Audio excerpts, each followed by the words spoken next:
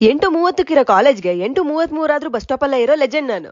ನಮ್ middle class life ಅಲ್ಲಿ bus stop ಅಲ್ಲಿ ಬಸ್ಗೆ ವೇಟ್ ಮಾಡೋದ್ರಲ್ಲೇ ಅರ್ಧ ಜೀವನ ಕಳ್ದೋಗ್ಬಿಡುತ್ತೆ ಗುರು. ಯಾವಾಗ ಭಯ ಆಗುತ್ತೆ ಅಂದ್ರೆ ರ್ಯಾಂಕ್ ಸ್ಟೂಡೆಂಟ್ಸ್ ಗಳು ಈ ರೇಂಜಿಗೆ ಓದೋದ್ ನೋಡಿದಾಗ. ಲಾಸ್ಟ್ ಡೇ ಇಂಟರ್ನಲ್ಸ್ ಅನ್ನೋ ಖುಷಿಲಿ ಎಕ್ಸಾಮ್ ಪ್ಯಾಡ್ನು ಮರ್ತೋಗ್ಬಿಟ್ಟಿದೀನಿ. ಯಾವಾಗ್ಲೂ ಇಡ್ಲಿ ವಡೆನೆ ತೋರಿಸ್ತೀರಾ ಅಂತೀರಾ, ಅದಕ್ಕೆ ಪಲಾವ್ನು ತೋರಿಸ್ತಾ ಇದೀನಿ.